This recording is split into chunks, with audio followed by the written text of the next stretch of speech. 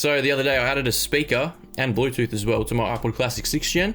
This is the same iPod that we added the USB-C port to in the last video. So this iPod has a bunch of different mods performed on it now.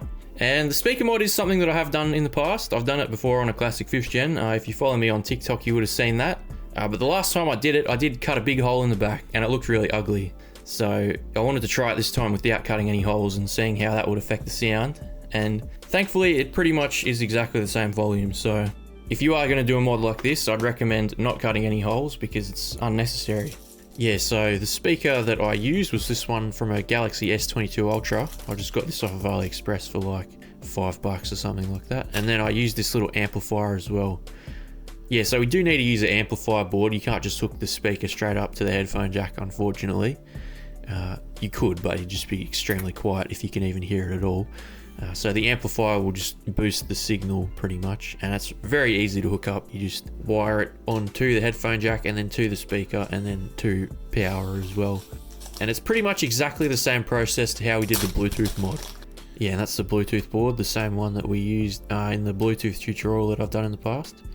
Oh yeah, and in the comments on the last video, some people were wondering why I didn't put the USB-C port right in the middle.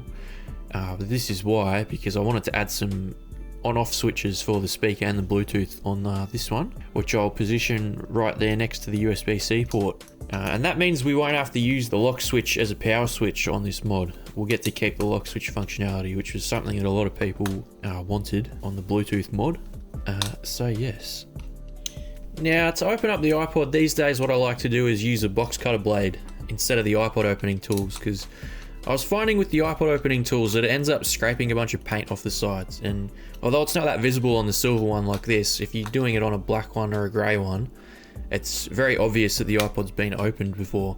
So yeah, I would recommend using a box cutter similar to how I do it in this video. I might make a separate tutorial on how to do that, because it leaves no marks and it's quicker and you don't end up cutting your hands, because those iPod opening tools are pretty sharp as well. So yeah, just make sure you use a dull box cutter blade, I guess. As you can see, that little cover I made for the USB-C port got completely destroyed while opening it there, but that's alright, because we've got to make another one of those anyways. But yeah, now just unplugging the battery. Now, before we get started on soldering anything, it's a good idea to do a bit of a test fit first, just to see where everything goes and make sure it all fits properly. Make sure the thing still seals back up with everything in place. So yeah, that's what I did now. And I also got some little switches off of some old iPod Nano 1st Gen boards that we can use for the on-off switches for both the amplifier and the Bluetooth module. So I thought I'd draw this little diagram here to show you where all the wires go, since it's kind of hard to tell from the footage since there's so many wires involved in this project. So in order to wire up the little amplifier module, what we have to do is run a wire from the left and the ground pin on the bottom of the headphone jack. And we only need to use a single channel for this amplifier because we've only got one speaker here. So although this is a dual channel board, we only have to wire up one of them. And then just running another 2 wires off for the speaker there, off of the left output channel.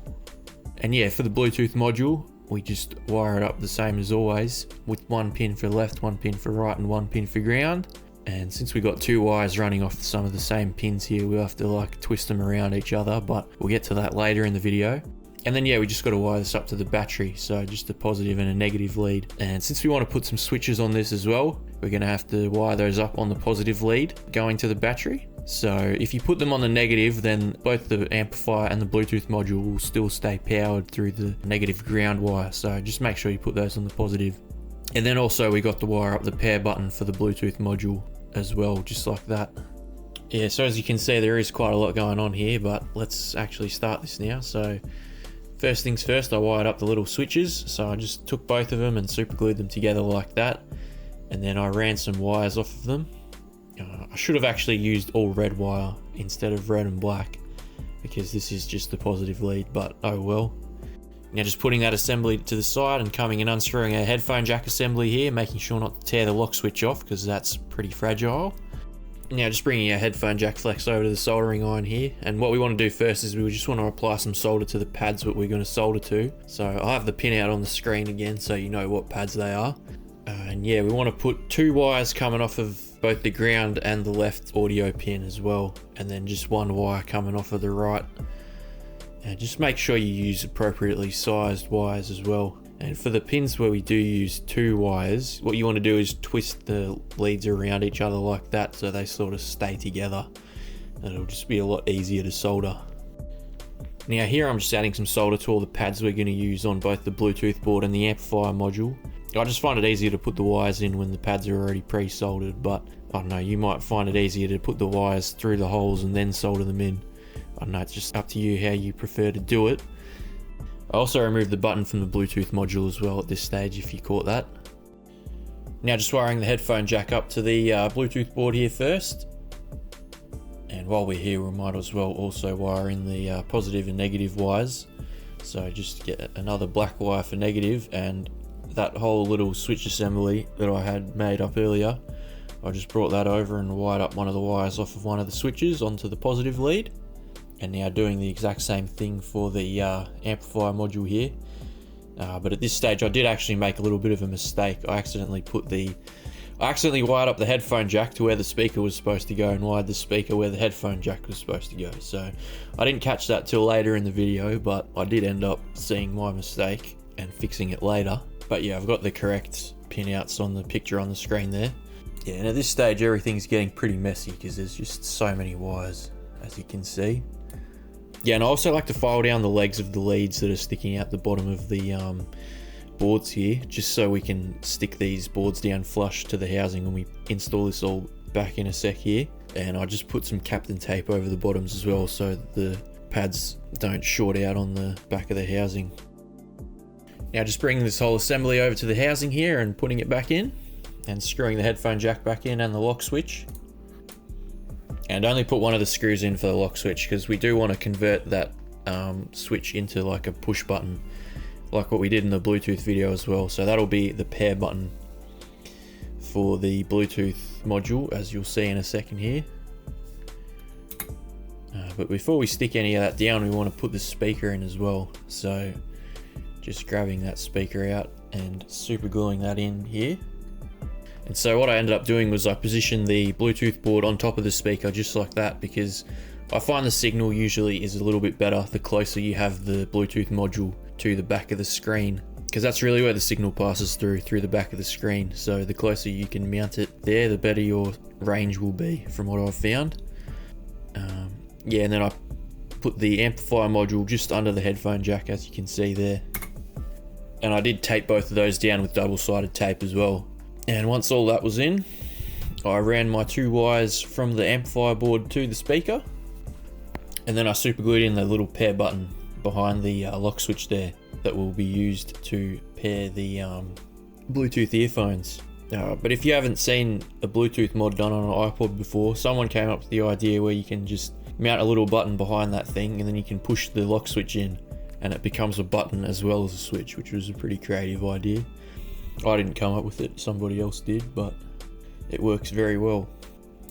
And then yeah, just running some wires from that button to the pads on the Bluetooth board. So at this stage I wanted to get those on-off buttons mounted next to the USB-C port before we put the battery back in.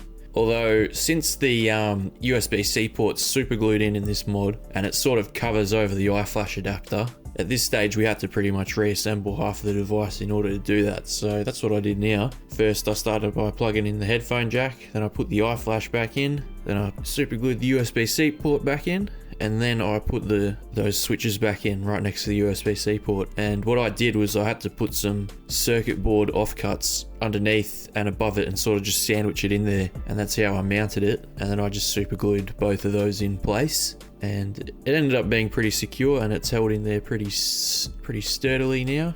And then after that I did like a little bit of a test boot, although the first test boot it actually didn't boot up properly because the flex cable for the hard drive, or the iFlash adapter, had been moved around too many times and had too much stress on it. So I had to actually take the iFlash back out and then readjust that little flex cable, which was an absolute pain. But I did end up getting it working after all that, which was good. So now we can move on to getting that battery installed.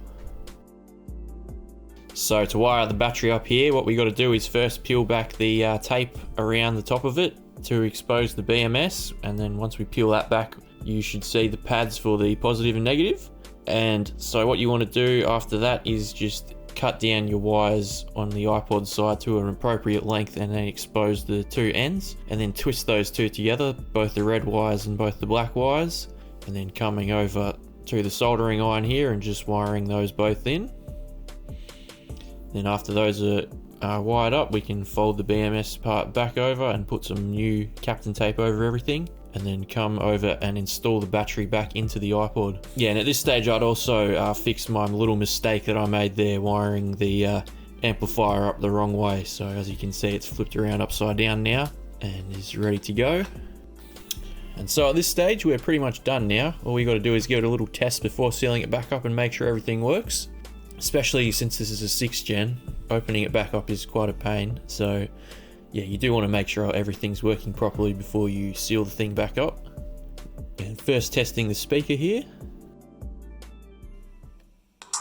And there we go.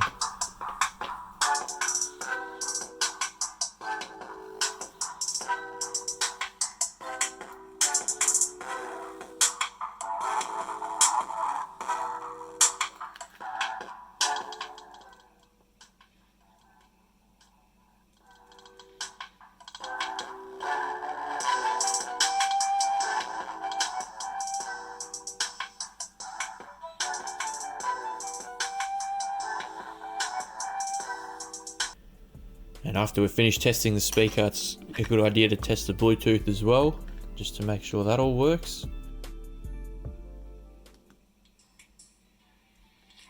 And yep, now we've got the Bluetooth working as well. Now just to seal the iPod back up, you just want to make sure all the wires are nice and out of the way. Maybe tuck them in the sides or something so that they don't get squished by the battery or stuck in between the side rails where those little metal clips go, because if they get stuck in there they could maybe snap or get cut off.